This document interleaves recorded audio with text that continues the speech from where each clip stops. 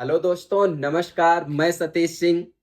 आप सभी मित्रों को पता है मैं आपको अक्सर रियल एस्टेट से संबंधित जानकारी देता रहता हूं और उत्तर प्रदेश की राजधानी लखनऊ में निवास करता हूं।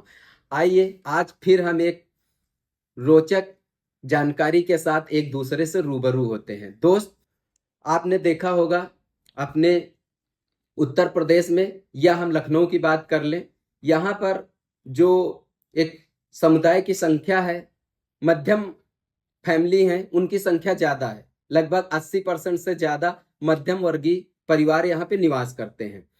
इस कारण हम किसी भी विकास प्राधिकरण से पास कॉलोनी या खुद एलडीए या अन्य किसी विकास प्राधिकरण के प्लाट लेने में पूरी तरीके से सक्षम नहीं हो पाते हैं, क्योंकि उनका रीजन रहता है कि उनके रेट बहुत ज्यादा होते हैं। जहां पर एक विकास प्राधिकरण के द्वारा पास कॉलोनी में आपको प्लाट 4,000 रुपए स्क्वायर फीट, 5,000 रुपए स्क्वायर फीट मिलेगा, वहीं पे एक प्राइवेट बिल्डर आपको 1,000 से 1,500 रुपए स्क्वायर फीट में प्लाट उपलब्ध करा देगा।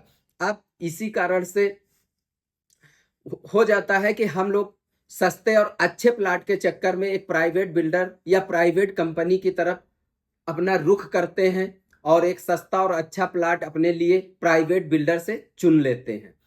बुराई नहीं है प्राइवेट बिल्डर से प्लाट लेने में, लेकिन हम लोगों को एक सावधानी बरतनी बहुत जरूरी है किसी भी प्राइवेट बिल्डर या प्राइवेट कंपनी से प्लॉट लेते वक्त। आज हम इसी विषय पर चर्चा करेंगे इस वीडियो से कि आपका पैसा भी ना फंसे और आपको एक अच्छा और सस्ता प्लाट मिल जाए, जिससे आप अपना परिवार उस घर में, उस प्लाट में अपना घर बनाकर, आशियाना बनाकर उसमें निवास कर सके।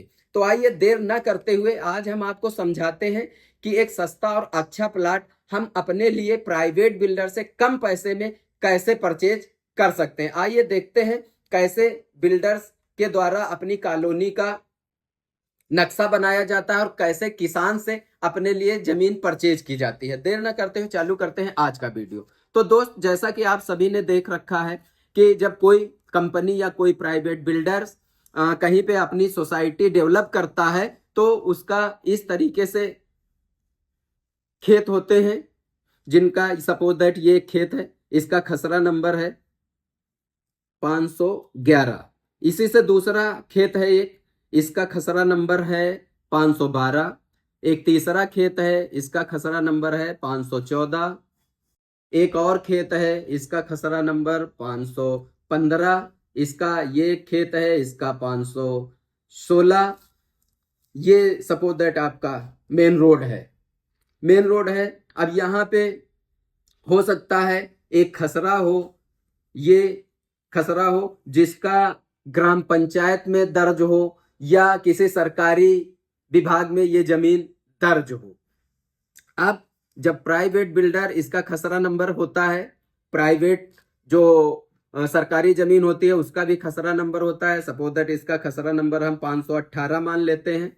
यहां से फिर किसान के खेत हैं, इसका खसरा नंबर 519 है। अब इस पूरी जमीन को बिल्डर ने ले रखा है और यहाँ पे एक बना लेते हैं, ये भी एक सरकारी जमीन है और इसका खसरा नंबर 520 है। अब ऐसे जमीनों में सरकारी जमीन होना लाजमी रहता है। अब कोई प्राइवेट कंपनी या प्राइवेट बिल्डर जब यहाँ पे प्लॉटिंग करने जाता है तो वो मेन रोड से पूरा अपना ट्रैक्टर चलाना चालू करता है, रोड डालना चालू करता है। इस पूरे एरिया को वो बराबर करती है कंपनी या प्राइवेट बिल्डर। इस पूरे एरिया को ट्रैक्टर से बराबर कर दिया जाता है, एक लेवरेज कर दिया जाता है और यहीं से सीधे रोड डाल दिए जाते हैं। 25 फीट, 30 फीट, 20 फीट के रोड डाल दिए बिल्डर ने और ये रास्ते डाल दिए। रास्ते डालने के बाद इन्हीं सब प्लाटों में उसने, खेतों में उसने प्लाट काट दिए। ये प्लाट कट गए, प्लाट कटे। अब आपने देखा कि इन जो खसरों की जमीन थी वो भी रोड में गई हुई है, 512 में भी गई है, 515 में भी गई है। अब रोड की जमीन का तो बैनामा होता नहीं है, बिल्डर करता नहीं है। अब सपोज दैट यहाँ पे 1 बीघे जमीन थी। अब 1 बीघे जमीन उसने रोड भी डाली और उसके बाद 1 बीघे की पूरी रजिस्ट्री भी कर रहा है। अब यहाँ पे ध्यान रखने की बात ये होती है मित्र, यहाँ पे ध्यान ये रखना है कि जैसे आपको खसरा नंबर 519 से रजिस्ट्री की जा रही है, 519 से रजिस्ट्री की जा रही है, और आपको यहाँ पे जमीन नहीं है बिल्डर के पास, लेकिन कागज पे उसके पास ये रोड वाला एरिया बच रहा है। अब रोड वाले एरिया की वो बैनामा कर सकता है। अब 519 से आपको बैनामा किया, लेकिन कब्जा आपको दे दिया 520 में। अब ये जो जमीन थी ये सरकारी जमीन थी, ये वन विभाग की हो सकती है, या चारागाह की हो सकती है, या तालाब में दर्ज हो सकती है। एनीवे कैसी भी जमीन ये हो सकती है, लेकिन उसने पूरी जमीन बराबर की और यहाँ पे आपको कब्जा दे दिया। अब यहाँ पे मैटर फंस जाता है। हम लोग क्या करते हैं, सीधे प्राइवेट बिल्डर का जो मैप होता है उस मैप को देखकर हम अपना प्लाट बुक कर लेते हैं और रजिस्ट्री भी करा लेते हैं। अब रजिस्ट्री हुई है 519 से, कब्जा हुआ है आपको 520 में। तो यहाँ पे जब कभी किसी विकास प्राधिकरण के द्वारा इस कॉलोनी को अधिग्रहित किया जाएगा, बात आएगी मुआवजे की, तो यहाँ पे आपका केस फंस जाएगा दोस्त। आपका जीवन भर की जो पूंजी है वो जा सकती है। तो यहाँ पे आपको सावधानी क्या रखनी है दोस्त, आप कहीं भी प्लाट ले सकते हैं, आप प्राइवेट बिल्डर, प्राइवेट कंपनी से अपने बजट के हिसाब से आप प्लाट ले सकते हैं, लेकिन आपको सावधान रहना है, आपको सतर्क रहना है। जब भी आप प्लाट परचेज करने जा रहे हैं तो वहां के स्थानीय लेखपाल से आप जरूर मिलें।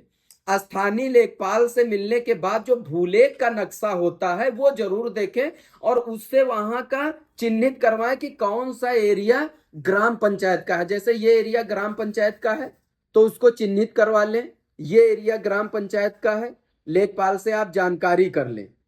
जानकारी करने के बाद आप भूलेख का विधिवत नक्शा देख लें और ये निश्चित कर लें कि आपको जिस खसरा नंबर से 514 से हो रही, तो रोड से 514 खसरा नंबर कितनी दूर है, वहीं पर आपको कब्जा दिया जा रहा है बिल्डर्स के द्वारा, प्राइवेट कंपनी के द्वारा, या नहीं दिया जा रहा है। आप ये जरूर सुनिश्चित करें दोस्त।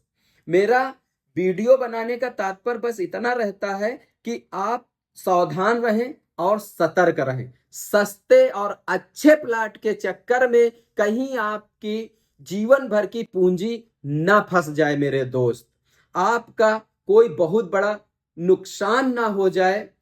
इस क्षेत्र में जो मुझको नॉलेज रहता है, मैं 8 साल से इसी सेक्टर में काम कर रहा हूं, उस नॉलेज के मैं आप लोगों को देता रहता हूं दोस्त। आशा करूंगा कि आज की जानकारी जो मैंने आपको दी है उससे आप संतुष्ट हुए होंगे। अगर आपको मेरे वीडियो अच्छे लगते हैं तो आप मेरे चैनल को सब्सक्राइब कर सकते हैं, अपने जानने वालों को हमारे वीडियो शेयर कर सकते हैं, और अपना प्यार भरा समय देने के लिए, हमारा पूरा वीडियो देखने के लिए आप सभी मित्रों का धन्यवाद। किसी भी क्वायरी के लिए, किसी भी सवाल के लिए आप हमारे दिए गए नंबर पर निःशुल्क संपर्क भी कर सकते हैं। जैसे कि मैंने आपको समझाया है, फिर भी आपके अगर कुछ आपकी बात, हमारी बात कुछ आपके समझ में नहीं आ रही है तो आप हमें कॉल कर सकते हैं। पुनः आप सभी का बहुत बहुत धन्यवाद, बहुत बहुत मेहरबानी। आप अपना प्यार और सपोर्ट ऐसे ही बनाए रखिए। तहे दिल से आप सभी व्यूवर्स का, सभी सब्सक्राइबर्स का बहुत बहुत धन्यवाद।